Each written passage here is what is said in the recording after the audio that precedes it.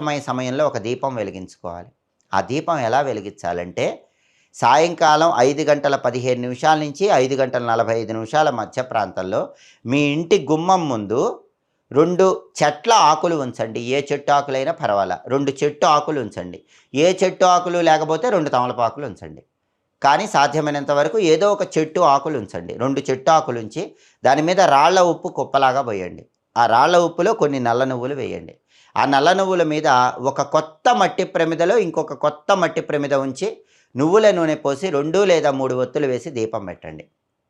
ఇది చాలా శక్తివంతమైన దీపం.